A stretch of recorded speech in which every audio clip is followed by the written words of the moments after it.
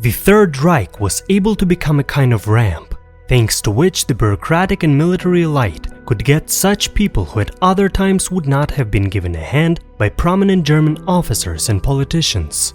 For example, just look at the first meeting between Hitler and the then president of Germany, Hindenburg. Eyewitnesses said that Paul von Hindenburg looked at the Bavarian sergeant almost with contempt. But back then was such a time that absolute lowlifes became at once prominent politicians and military officers, on whose actions depended literally thousands of lives. One such character in the history of Nazi Germany in the 30s and 40s was Oskar Paul Dirlewanger. Before serving in the SS, Oskar was born into a wealthy Swabian family and was a remarkably quiet and peaceful child. Those who knew him personally would never have believed that this devout child, who even obediently attended Sunday church services with his parents, would grow into a character of such caliber. Everything seemed to start out well though.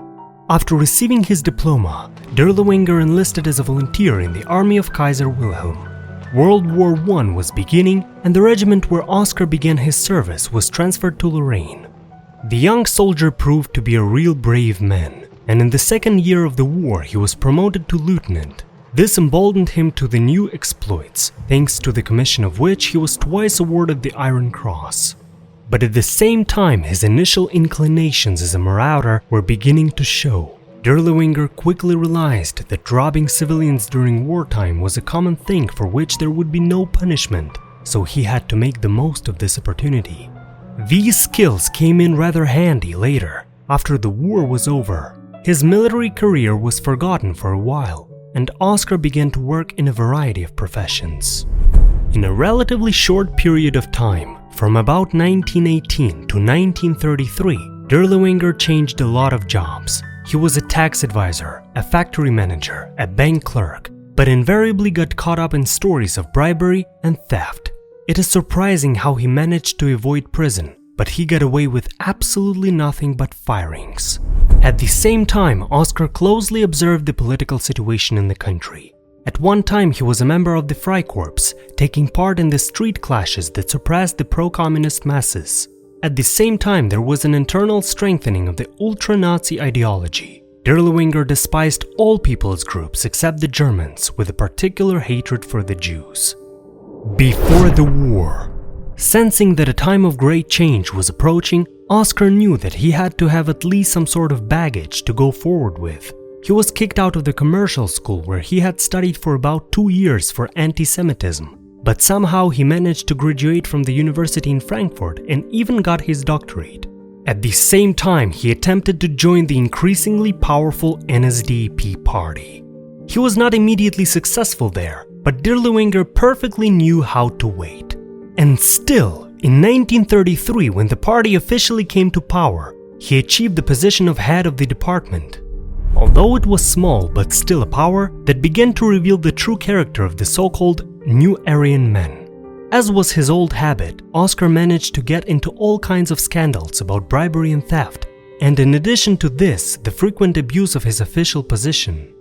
Progress was evident in other aspects. Suddenly, Dirlewanger discovered a passion for sexual immorality with minors, and made a habit of having fun with 13-year-old girls. This is where the pedophile got himself into trouble, and this time he did not get away with it as he did before.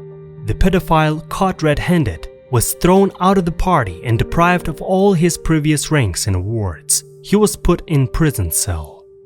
It was a severe blow. After his release from prison, Dirlewanger went to Spain and enlisted in General Franco's volunteer army. There he again proved to be an excellent soldier and was awarded the Spanish Cross. But Oskar did not want to live in Spain. His goal was to return to Germany and get back all the regalia he had lost through his own stupidity. And soon he succeeded.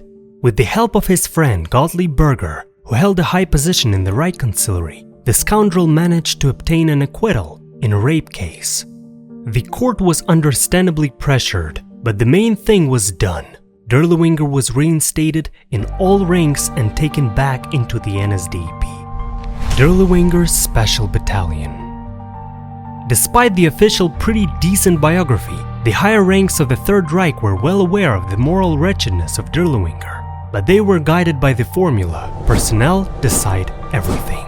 So they kept Oskar close, knowing that he could be useful, and soon the opportunity to show himself in all his glory was presented to him. Preparations for war required the mobilization of a huge number of men. The Nazi German command realized that it was necessary to use all the resources, so it decided to create several punishment battalions, formed from convicts. The population there was, to put it mildly, specific, so they had to have an appropriate commander. This is exactly when Himmler was reminded of Dirlewanger. Oskar took command with great zeal. In the same ranks with criminals who were selected, he felt like a fish in water, creating one of the most ruthless and intimidating divisions that would leave a devastating mark during the war. Dirlewanger was alien to human feelings. Years of hardening from committing numerous crimes himself had turned him into a real beast. He took real pleasure in torturing children and women in his presence, and he watched with sincere joy the burning of townships and their inhabitants. The scoundrels who served under him adored him because he did not bind them to any moral principles, allowing all kinds of atrocities. Dirlewanger's units especially distinguished themselves during operations in the Belarusian, Warsaw and Slovakian directions. What the Nazis did there is impossible to convey. Villages were burned to the ground, people were exterminated, girls and women were raped. But all of these crimes were no less than victories for the Third Reich. So in 1942, Dirlewanger was promoted to the rank of Oberführer and Governor General. While sparing no opponent, Oskar did not spare his own soldiers either, knowing that squads would be constantly replenished as there was no shortage of prisoners in Germany. He threw his soldiers into machine guns without pity, even when victory was in no way commensurate with their losses.